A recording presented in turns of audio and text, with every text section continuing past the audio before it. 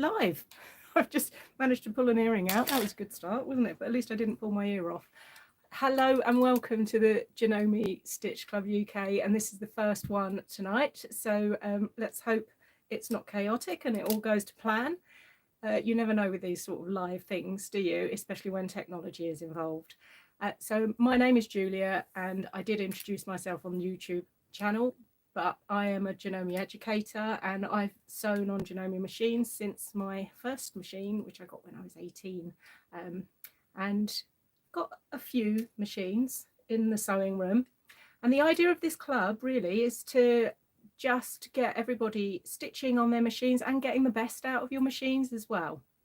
Because one thing I always find when I'm teaching is, and you're teaching people on different levels of machine and stuff like that, that very often everyone gets a bit stuck in just using one or two stitches or one or two things, and sometimes it's good to actually go through some more of the stitches, some of the things that the machines do, especially if you've upgraded your machine recently and gone maybe from a mechanical machine to something computerized, which can look a little bit terrifying, but they're not at all.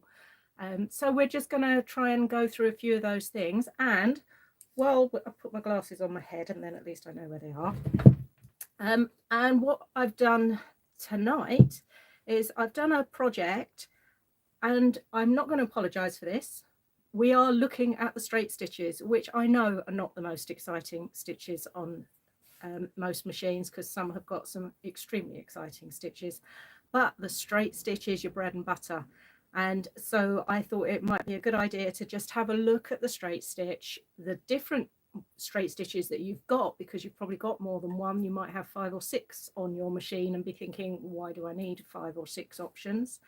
But also just to have a little look at why you would do different straight stitches and the effects that they have.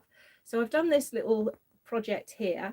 In fact, I ended up doing, because I can never just do one project, so I've also done this version here. Sorry, that's too big for the camera. But this technique, this applique technique, is so simple to do. It uses bond web, which I absolutely love because it's really easy to use, and it kind of gives this lino cut effect. So as I say, really simple to do, and there are options. There are always options. Gina, yeah, I know. Well, just doing one project, frankly, would be really boring, wouldn't it? So no, we're all about having more than one project underway, because you never know what mood you're in anyway, do you? So you should be able to find on the Janome website, and I'm sorry, but I should have checked before I came on exactly where it was. There are some templates for you to use if you want to have a go at this, okay? And as you can see, different sizes, so you can do a big project or you can just do a really quick project that will just sort of get you going with the technique, or just something if you just want to have a play with the stitches. Now I can see if you want to join in the chat, you do need to subscribe, and that doesn't mean you're signing up to give anyone a kidney, but if you just press subscribe, you will be able to join in the live chat. So as we go on, if you've got any questions or anything like that, pop them in the chat. There may be a slight delayed reaction, because if I'm actually sewing on the machine, I try not to keep looking at the camera, because we don't want any stitched fingers, do we, during the evening. So I'm going to be sewing tonight on the 5270 QDC model, which is one of the computerized models, and it's kind of the top end of the small regular machines, I suppose you'd call it. Who's just come in? I've got to put my glasses on now. Wendy, hello, good evening, nice to see you. Well, see you kind of virtually. But over the months I will try and demonstrate on different machines, because everyone obviously will have different machines and different things going on their machine. If I do anything that you're not sure where to find it on your machine, or if your machine can do it, just put something in the comments, because if I don't answer during the actual live feed, then I will try to get to it afterwards. I always check back on comments and things anyway, okay, and we'll see if we can get you sorted out. So why don't we crack on, because people generally sort of poodle in as and when. If you are in, you may wish to remain incognito, but it would be really nice to know if you're here and where you are as well. So do let us know. Now, luckily, the instruction book for the 5270, in the back of it, has a really, really large version of the stitch card. I was delighted to see this. So as I say, very often you will get a good choice of straight stitches, and I think some of them are probably quite obvious. So you've just got your regular one here. The one next to it that's got the little zhuzh at the front, that does a little back stitch. I'll go and show these on the machine in a second. The one next to that does the lock off, which is the one where it does its 4 little stitches on the spot, so it kind of ties a knot. And then the next one along here, that is a regular straight stitch, but can you see it's actually moved its needle position? Okay, it looks like it's on, I can't work this out, the left or the right. It actually looks like it's on the left hand side. No, it is on the left hand. It looks like it's on the right hand side, but it is actually shifting the needle over to the left hand side. And very often that one I use if I'm dressmaking. The reason being that if the needle is all the way over to the left hand side, that's kind of giving me a 5/8 of an inch to the side of the foot, and I'm a great believer in using the side of the foot as my guide. So the other one that just about every level of machine will have this choice of stitches is this triple stitch here. Okay, who's that just come? Diana, hello, good evening. Heather, hello. This one here, the triple stitch.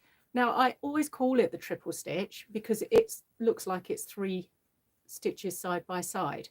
Its proper name is the reinforced straight stitch. Doesn't sound very exciting, does it? The triple sounds much more exciting. Sounds like a cocktail. It's actually a stretch stitch, but it's doing the stitch 3 times. So what I'm going to do now, and do excuse my creaky stand, but I'm going to turn you around so you're actually onto the machine, and then I'm going to stitch those stitches out, and then I can just talk you through quickly before we actually get going on the project. So just bear with me because I've got to switch, so you're going to see my wall probably, and then we'll get you down on to the actual table. There we go. Right, so let's just move those to the side and bring old Jade forward. Jade is a new one in the sewing room this week. We've only been together a few days. However, she is the new updated version of the machine that my daughter's now got, the 607. So if anybody's got I think it was the TXL 607, which were around for a very long time, and I love that machine. And like I say, my daughter now has that one. So this is the sort of updated version, which has a knee lift and all sorts of stuff on it as well. So I'm going to go through the stitches one at a time. So just the regular straight stitch, and just stitch that. Oh gosh, that's far too slow, isn't it? Let's see if we can get you in a little bit closer. It's always hard with the camera getting it right in under the, that's better. I'm using my custom craft foot here, which is very open, so hopefully you'll be able to see what I'm doing.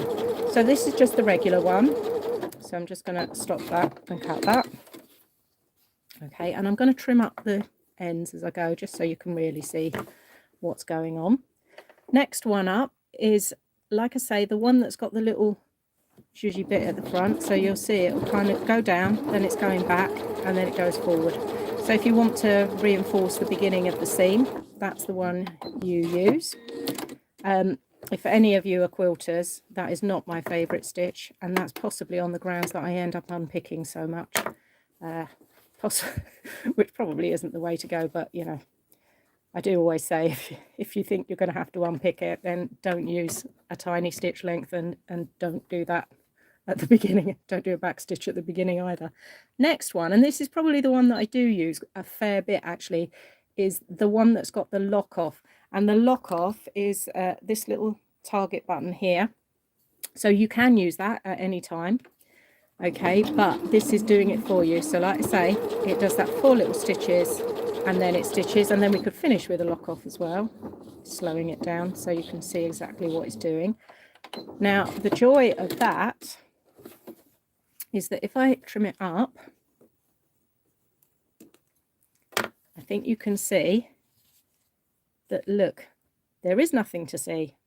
And this is the one that I use either if I'm quilting very often, because then you don't have to thread all the ends through, because you know, the scissors give you a fairly short, I've got a different colour bobbin in here so you can kind of see the difference. But either for quilting, or also if I'm dressmaking, I love this one for things like putting on pockets, or doing the hem where you don't want, because this looks a little bit clunky. So if I'm top stitching around something, I use that rather than that, so that I don't have this clunkiness at the beginning. It looks much, much neater. So as I say, I do tend to use that quite a lot. The final one on this model, which is 04, I think, I'm hoping you saw that. I'm going to go back to 1, and now I'm going to do that again. Watch the needle. Needle's just moved over to the left. So if I just do a bit of stitching, you can see the side of the foot here. I don't think have I got tape measure? Yeah. I think it's about ½ an inch. So like I say, you know, if I'm doing a bit of guesstimation on my dressmaking, then I'll use the side of the foot. Actually, on my bigger machine, which is a 9mm, a wider foot, then it's absolutely perfect for the 5/8. So that's the needle position shifting. However, on any straight stitch, so I'm going to go back to the regular straight stitch, which is setting it in the middle. So I'm just going to bring you up so you can see here. 3.5. This is a 7mm machine, so the needle is right slap bang in the middle. There is no width on a straight stitch. The width is the swing, and obviously a straight stitch doesn't have a width to it. So if I then adjust the width setting, and you can see it changing here, can you see the needle is moving? Okay, so very often I will do that so that I can get myself set up. And again, I do love using the side of the foot. I suppose it's because I've always done that. So very often I'll use that. So for example, if you're quilting, 6.5, the distance between your needle and the side of the foot is your 1/4 inch. And then, like I say, if I go all the way back to 0 the other way, then I'm going to get more like the ½ inch, or I can use that for my dress, 1 centimetre for dressmaking. I think a lot of patterns now do it in centimetres, don't they, not inches. Okay, so that's always worth knowing, because being able to move that needle position, and even if you're on a mechanical and you've got a dial, use the dial for the width setting and you'll see that needle moving. When you're on computerized, make sure the needle is in the up position, because sometimes you'll think, oh, it's not moving, but it's just that the needle's kind of halfway down or something. Okay, so are we all okay? Oh, I didn't use my scissors, I keep forgetting. Got the scissors on that one, haven't I? There we go. So that's the basic straight stitches. Now let's have a quick look at the triple stitch. And I'm going to do this slowly actually, because I want you to see, sorry to move you again, I want you to see exactly what it's doing. Can you see it's moving forwards, backwards, forwards, forwards, backwards, forwards?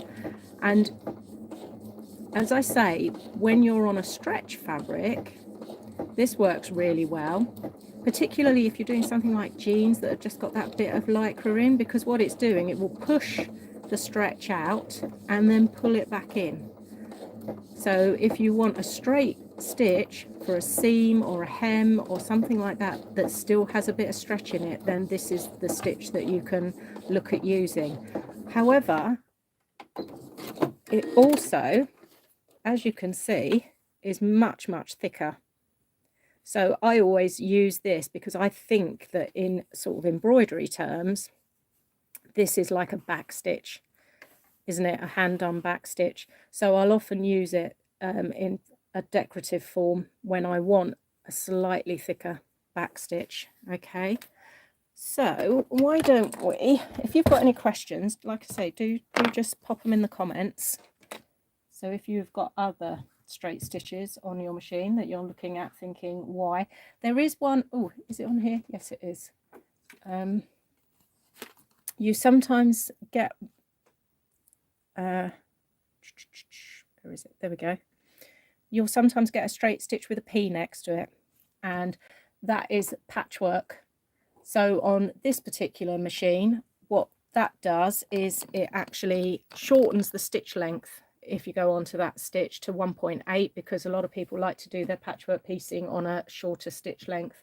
On some of the bigger machines, it will actually shift the needle position as well, so that it's 1/4 of an inch from the side of the foot. So that's going to depend on your model. Right, now, where did I put my papers?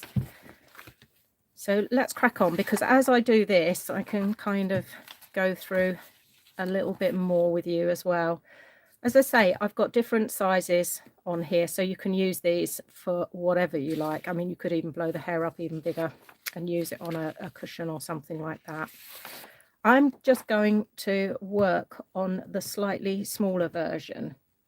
Now, when I was at school, sorry, who's just come in? Morella, hello. Yes, Morella, this is Jade. Say hello to Jade, the new girl in the sewing room. What I've done is I've traced onto Bondweb this bit here.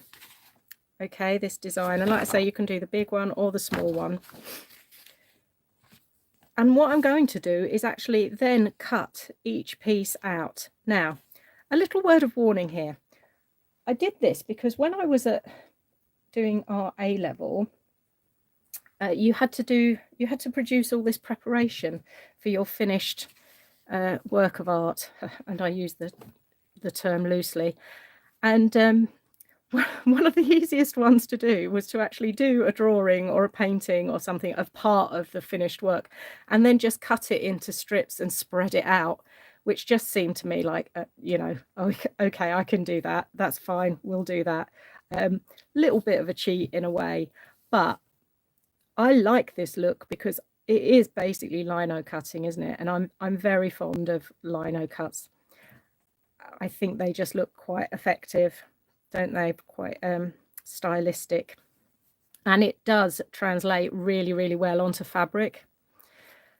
Now, as you can see from this one, what I've done is I've cut those pieces and then Bondweb them on. Now, a word of warning, and I'm saying that because I'm now looking at this. I kind of prepared these, then I dropped it on the floor, and now I've got the jigsaw from hell. So what I normally do when I'm doing this sort of thing is I do not cut everything out first. I cut round the straight edges. It looks quite tiny, doesn't it? But once you spread it out, then it does help. I'll get you down a bit lower. And then I'm going to just start cutting one at a time, then peeling off the Bondweb on the back. This is batik fabric, so it's double-sided.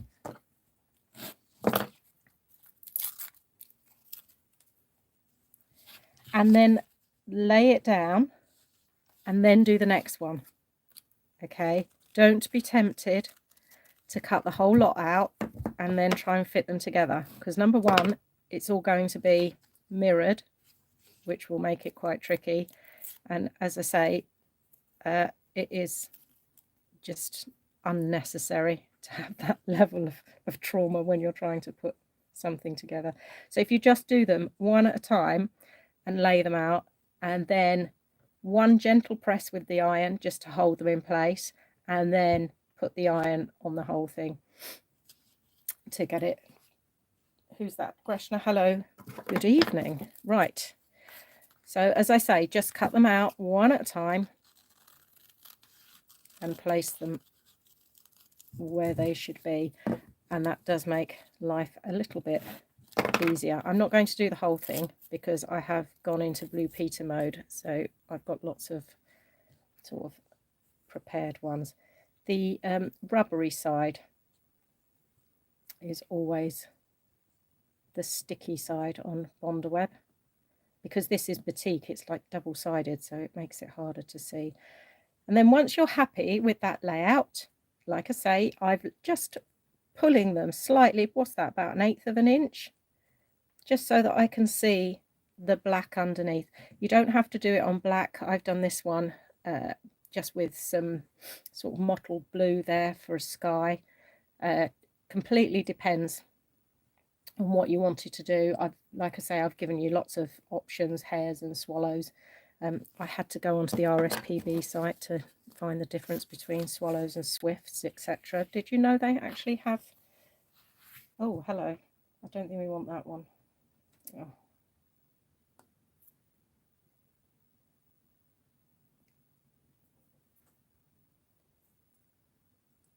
Okay. Sorry, had to work out how to get rid of whoever she was. She's not invited to our party. Okay, so once you've done all of that, the next thing to do is to actually stitch them down. Okay, so what I've done on here, and if I show you the back, you'll see where I've stitched it, and I've just used a straight stitch to stitch all the way around here. However, I'm going to do it on this one with black so that you can see better exactly what I'm doing. The key to this is actually yes, Heather, that's quite exciting, wasn't it, really? I think I need to have a moderator or something, I think it's called, isn't it? Yes, well, anyway. I'm going back onto my straight stitch, the regular straight stitch, but because it's quite curvy and curly, what I'm going to do is I'm going to take the length, I'll show you my screen, I'm going to take the length right down. Normally comes on 2.4, but I'm going to take it down to 1, because what I want is a tiny, tiny stitch. Because when you stitch, if I do it on here quickly, when you stitch a teeny tiny stitch, what you'll find is that you can maneuver quite happily because it's so tiny. So you get much smoother curves. Okay, so when I'm doing this sort of thing, that tends to be what I can do. So I can get much smoother lines than if I've got that longer stitch. So I'm down on that tiny stitch, and because I'm not worried about what the back looks like, I'm not going to bring up the bobbin thread. But like I say, I'm right, just going only a couple of millimeters from the edge here with that tiny stitch. But can you see, I hardly any lift and turn, only when I get to that corner. So if, for example, you've tried free motion and you've either not been successful with it, or you don't enjoy it, because some people don't enjoy it, try this method, because you've got far more control, especially if you're on a computerized machine, because you can go far slower so that you can really concentrate on what you're doing. And it does mean that it's neater on the back. So if I'm doing applique onto clothing, I'll often use this or the triple stitch to do this. So there we go.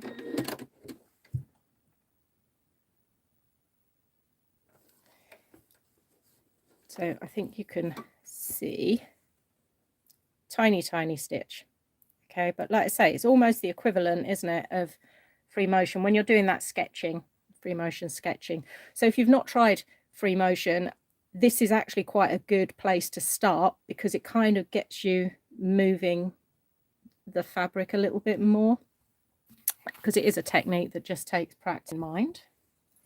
I'm going on to the hairs now. I've done that round all of these, just that tiny little stitch. Okay, so I've just got one down here to finish, so I shall finish that one, and then I'm going to move on to the hair. Now, if you are bothered about what the back looks like I say, because this is pictorial, I'm not bothering, bring your bobbin up to the front. So what I mean is I hold that thread, drop it down, lift it up, and then give it a little tug, and look, I've got my bobbin thread up on the top, which will stop that sort of nesty thing underneath that you sometimes get when you start sewing.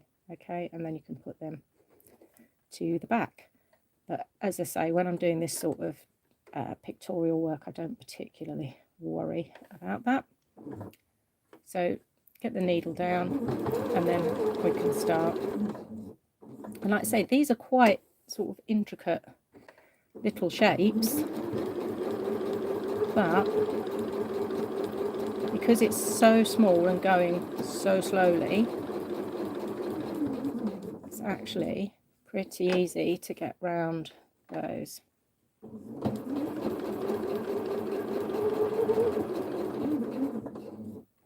There we go.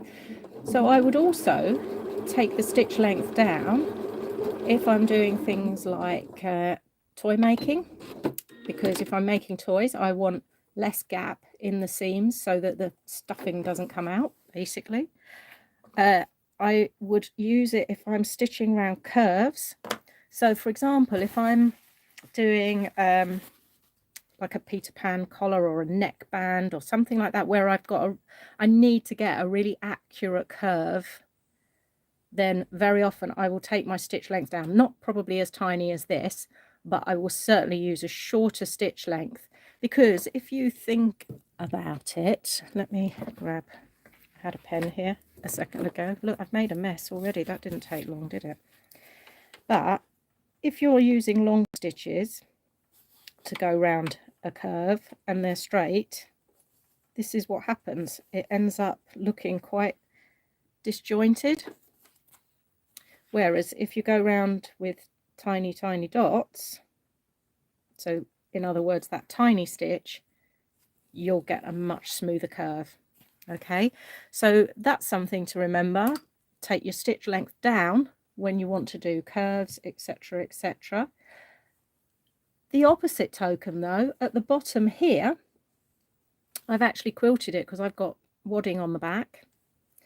So what I do then is, because I'm going through much thicker fabric, but I want that stitch to look nice, like a top stitch, isn't it really? I take the stitch length up.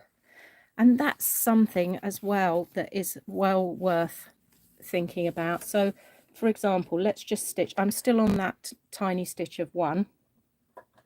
So I'm just, oops, it's all right, my bugs come out. So it's stitching quite happily, and it's just going through. This is a thin felt, quite happy. Okay, now if I fold it, so we've now got 2 layers, and I fold it again, so we've now got quite a thickness going on there, and I put that underneath. This is what happens. Nothing happens because the machine can't shift. Now if I take that stitch length up, and because it is quite thick, I'm going to go up past the serving suggestion, which is normally 2.4, 2.5. I'm going to take it up to 3, and look, suddenly it starts moving. Okay, and the reason for that is because it needs more thread to get all the way down through these layers, down to the bobbin, to pick up the bobbin and then come back up. So just bear that in mind. Very often you'll put something in and go, oh, it's not moving, it's not moving. Just take your stitch length up. That's all it takes usually to get you past this. Also, I haven't got the foot on here, but if you've got your A foot with that little black button, push the little black button in, and that sets the foot straight just for about 3 stitches, and that often helps it. Or you can even have just a little rolled up piece behind that just kind of wedges, because you can see, look, the foot moves, so it just wedges the foot up, because if it's like that, it's trying to get up a hill and it can't. So you help it out just by tucking something under the back, and it's already up. So if you're doing jeans, for example, and you're coming across that bit where you've got like 4 layers or something like that, that always really helps. Okay, so anyway, back to, let me make sure I take my stitch length back down, or the hair is going to go horribly wrong. What I've done here with the hair is I have actually drawn myself with a friction pen a line to follow.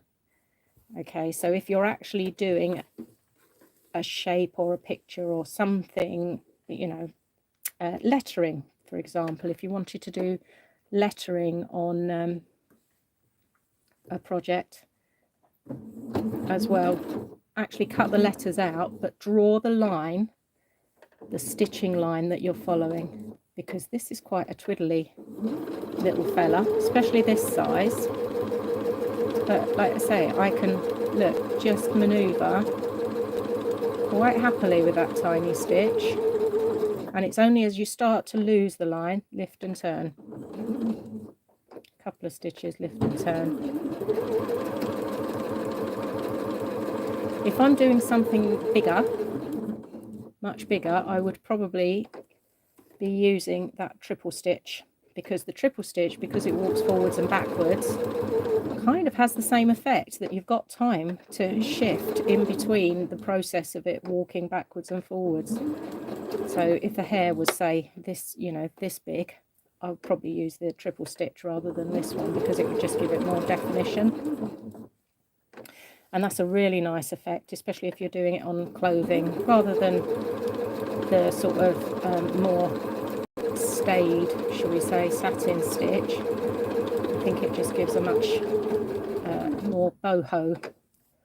Is that the right word? Boho. You know, you go into certain shops and they've got applique on the skirts and things like that. That's the kind of stitching they'd use. They don't use that really thick satin stitch. Okie dokie. Right, we're going around his ear.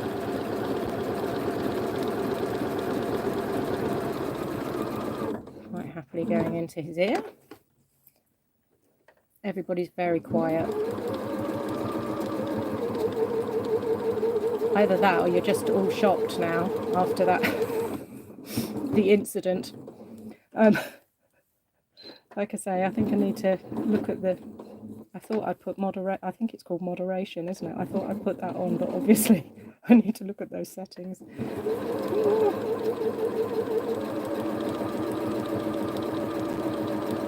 I mean, hopefully they learned something about their sewing machine, if they have one.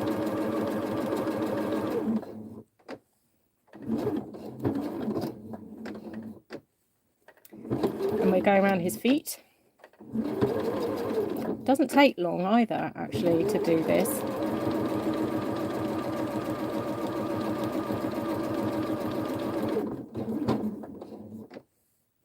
We're nearly back. If when you're doing the pattern you're not very good at drawing, you can always hold it up to a window to draw the bits in the middle, you know, like his feet. Although I've tried to make it really simple in shape. If you're doing this sort of stuff, I always think that children's colouring books are a really good place for applique designs, actually, because they're normally quite simple, or even if they're not, you can just kind of copy them but simplify them a little bit. So like I say, I know that lovely book, the hairs in there are beautiful. He's not quite in there, that league, but who doesn't love a hare? The most extraordinary looking things, aren't they? The first time I ever saw one, actually late at night coming back from somewhere in real life, I was just like, what is that? Because they just look like they've been constructed out of bits of other animals, really, don't they? So he's done. The only thing to add, where is my friction pen, is just to put in a couple of now fingers, toes. I think, you know, what is that? Do they have arms and legs, or are they all legs? Answers on a postcard, please. Okay, so I can add those in as well, but I wanted to get on and just quickly show you what I've done here. So I've drawn my branches, my twigs and branches. So for here, I'm going to go onto the triple stitch and stitch those, because like I say, this stitch much thicker. And then when I come to branching out, boom boom, I can go up there, I can pivot, stitch back over it down to the junction, and then stitch back out to do this one. Okay, you can lock off there, or like I say, for speed I'm kind of doing that, so I can do this again, line up. I cut the hair out, Morella, and then I've actually just drawn, partly because, if I show you, because it's this grey on grey and my eyesight isn't always the best, I actually just find it by the time you get under the foot, this is quite a good foot because it's completely open, so you've got really good vision on this foot, which is why it's one of my favourite ones for these sorts of jobs. But if you don't have that foot, if you've got the regular applique foot or the satin stitch foot, there's a bit of plastic that goes across there, and I just think that sometimes if you actually have a stitching line drawn, you can see much better where you're actually going, especially on something like this where, look, the colours are, it's different fabric, but they are actually quite close. Hello Fliss, welcome to the chat. Right, so I'm just going to go down this bit here. Marie, good evening to you as well.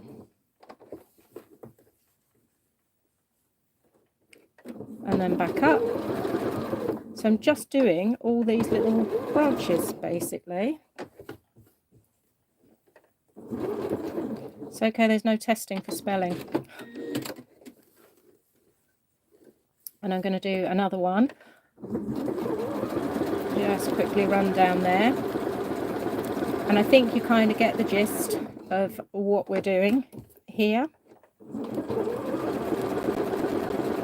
I quite like doing these little things, and I often say to people, regardless of whether you're a dressmaker, a quilter, or just do anything, cushions or whatever, these are the kinds of things, just mess around doing these little things, because these are the things that really help you get to know your machine and get practicing. You know, sewing straight lines, sewing curves, it's not as easy as you think it's going to be. And just getting control, it's almost like clutch control in a car, I suppose, isn't it? Especially if you don't have speed control on your machine, then these kinds of things just help you really get that foot pressure going properly. Okay, so I would continue on there. And what I wanted to show you, because I have got my eye on the time, on here, I think you can see what I've done is I've done the regular tiny straight stitch down here, and then I've gone in with the triple stitch. So I'm basically getting different textures as I go along, so that I've got thin branches, thicker branches, and then there's a couple, yeah, this one here, oh sorry, make sure you can see it, this one here I've actually used a much thicker thread and used the triple stitch, so that one is actually really thick. But everything has been done with straight stitch. So like I say, on here it's that tiny little straight stitch and going around the little birds as well. They were okay to see because obviously they're black on the orange, it was that grey on grey. And if you have bells and whistles on your machine, like this one does lettering, So what I've actually done for this bigger version here, I have used the lettering and done that. I've done it on a separate piece to match the navy at the top. Make sure you put some interfacing or something behind it when you're doing lettering. Okay, it always stitches out much nicer. And then I've also added, because I've got a little heart stitch, but you could probably get some little beads or heart-shaped buttons or something like that to put on there. Oh, I didn't do his whiskers, did I? And then the trees, these trees are done with triple stitch. Gone triple stitch up the trunk, back down again, back up again, and then I've used the smaller regular straight stitch to do the branches, and I've actually stitched on French knots here, but again you could stitch on beads if you wanted to. And all of this quilting, this bigger design, you'll notice it's curved at the bottom, so I've followed the line of the curve. So just mark up the sides with masking tape or something, and then I've just stitched along and across with that longer stitch, and then 2 stitches down and then turn and stitch back, 2 stitches down, turn, stitch back, and then I've gone 3 stitches, and then I've gone 4 stitches, and then 5, just so that it's actually coming out further as it comes towards you. Okay, so I think, I'm hoping that that all made perfect sense. Let's bring you back to the front. Hang on. There we go. Oh, hello. Here we are.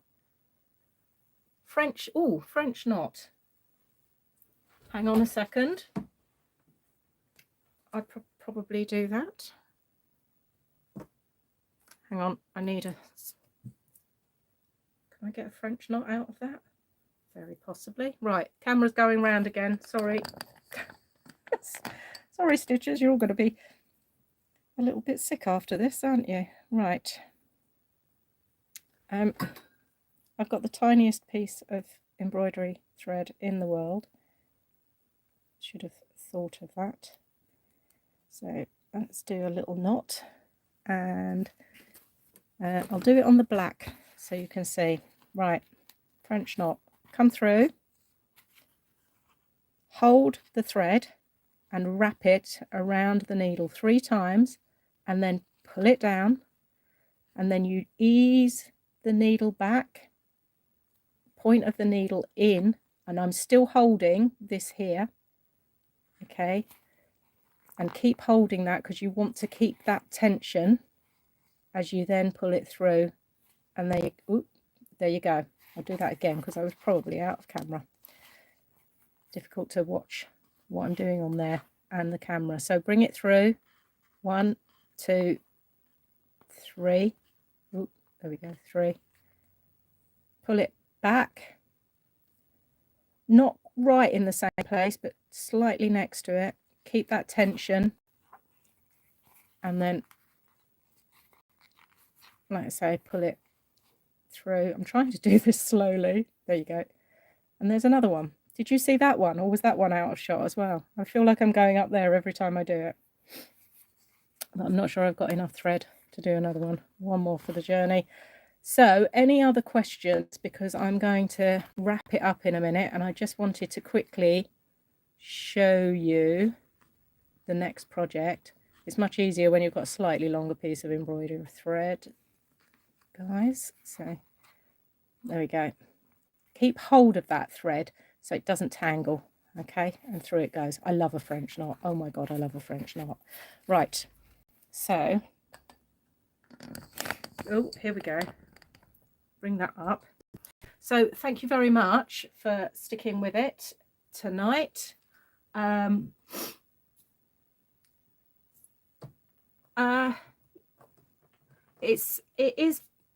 is technically French knots, actually, Morella. They're done on the machine. So when I did the lettering on my machine, it's the full stops. But yeah, they do look like French knots, don't they? So if you've got lettering on your machine and you don't want to do them on the picture by hand, then just do one knot at a time, okay? So next month, because we're approaching Easter, I thought we could do a bunny bag because I wanted to look at the, having done the straight stitch, I wanted to look at the zigzag stitch. This is a B, by the way, and it's not B for Bunny, it's B for Benji, which is my youngest grandson. And really nice, easy bag, but the idea is to look at the actual satin stitch version of the zigzag stitch. Okay, so we'll take a look at that. I looked everywhere for his pom-pom today, and included in that pattern will of course be the carrots, because you know every bunny needs a carrot, doesn't it? So that I thought would be quite an appropriate Easter project.